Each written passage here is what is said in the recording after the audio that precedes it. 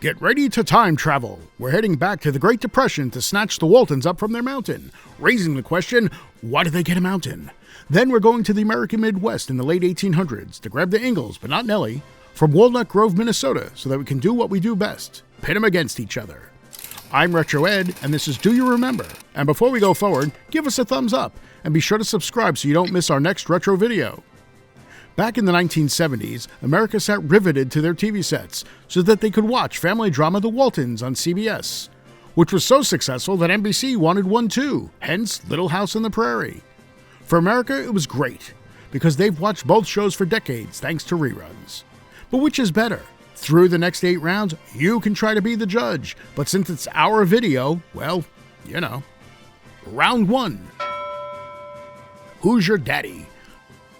Charles Ingalls versus Jon Walton Sr. No question, both are good men, always looking for work to support the family, no matter what it is. But their temperaments were very different. Charles was fairly soft-spoken, his idea of disciplining his kids coming in the form of tough love. He was not into physical discipline. Neither was Jon Walton Sr., although the threat of it was always there. In one episode, son Ben gives him some lip, and oh man, you get the sense that Jon wants to beat the crap out of him. But he may be gruff on the outside. No question, though, he, like Charles, loves his family. So how would they do in a fight? One online commentator summed it up as follows. The fight would start off as an even match, as both are fearless and strong. But then Charles would start crying, the tears would blur his vision, and Jon would KO him. The winner! Little House! Dealing with all those kids, and most of them were still breathing when the dust settled and the shows ended. And although physically we suspect Jon could take Charles, Charles still gets our vote. He's Charles, and he's played by Michael Landon. Nuff said. Round 2, the Mamas. Caroline Ingalls versus Olivia Walton. Caroline Ingalls was sweet, humble, and with infinite patience and love for her family, and very much supportive of her husband, Charles, but never questioned her toughness. In one episode, Caroline's leg is cut, and she develops a massive infection, but pushes through it with great strength. Remember, this was a time when their idea of antibiotics would be to cut off the leg, so that says a lot. Olivia Walton shares many similar qualities to Caroline when it comes to her husband and family. She's an extremely religious woman who puts everyone else's needs above her own, though there were 2 episodes where she put herself first. In the bicycle, she's invited to give one a try, and she does, having so much fun that she forgets to finish her household duty. Then, in rebellion, she's grown bored of her daily routine and decides to get a perm. But when the rest of the family sees it, they burst into laughter. She, in response, whips out a machine gun and blows them away. Wait, that's what we would have done. Sorry. She pushes through, taking on everything that comes her way. The winner! Little House, for being the warm, understanding people that they are.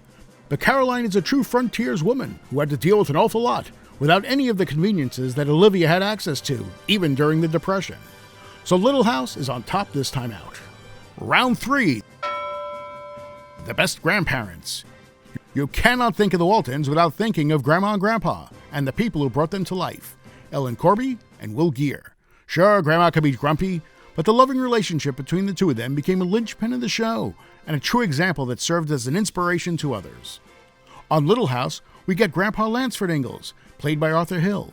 He's a widower, wasn't there for his family emotionally, tried to burn down his house to commit suicide, but was saved by Charles, who invited him to live with them. He reluctantly does, and is there long enough, 2 episodes, to bond with Melissa Gilbert's Laura Ingalls. But then again, everybody bonds with Laura, and is never heard from again. The winner, the Waltons! We didn't really get to know Lansford Ingalls all that well, but what we did learn made us not miss him when he wasn't there. Round 4. Who had the weirdest episodes? When you think of Little House and the Waltons, you think good old-fashioned family drama. Your family drama ever like this? In one show, Jenny Wilder nearly drowns and suffers from partial brain damage and has to learn to walk and talk again. A retired doctor gets her to do so by the end of the episode. Same season, a dwarf clown named Lou looks for work to support his sick child. But a prejudiced Mrs. Olson, and who knew there was prejudice against dwarf clowns, prevents him from doing so. But then his small size allows him to save Nancy, who has fallen into a well. So she changes her mind and recognizes that size just doesn't matter. But wait, there's more. Mr. Stark gets into serious debt and decides to kill his wife and daughter. Then ends up at Laura's house, where he thinks that she and Jenny are them. Wait, what? Over on the mountain, at the same time the Waltons take in a recently orphaned kid named Luke, John Boy receives a variation of a Ouija board, and they decide to communicate with the dead. And it seems that the dead are communicating back to them. Then, as Elizabeth reaches puberty, strange happenings take place, like floating vases, threatening dolls, and pianos playing on their own. And it's all dismissed as being the result of her raw emotions. Yeah, that actually does make sense, if her name was Carrie. The winner! Little House! And certainly not what comes to mind when you think about either show. Well, now you've got something new to think about. Little House edges out the Waltons on the weird factor. Round 5. Who won more awards? The Waltons took home 10 Emmy Awards, 1 for Richard Thomas, 3 for Michael Leonard, 3 for Ellen Corby, 1 for Will Geer, and 1 for guest star Bueller Bondi. On top of that, the show itself won a Peabody Award. Little House on the Prairie won 4 Emmy Awards, 2 for cinematography and 2 for music. A Western Writers of America Spur Award, nope, we never heard of that one either, but then again, we don't get out much, and 2 Young Artists Awards. The winner, the Waltons! Sorry, but the Ingalls got their butts kicked on this one. Round 6. Who had the better guest stars? The beauty of Little House is that whenever the writers started to run out of ideas, they could always come up with another kid for the Ingalls to adopt. One of them, James Cooper Ingalls, was played by Jason Bateman in seasons 7 and 8.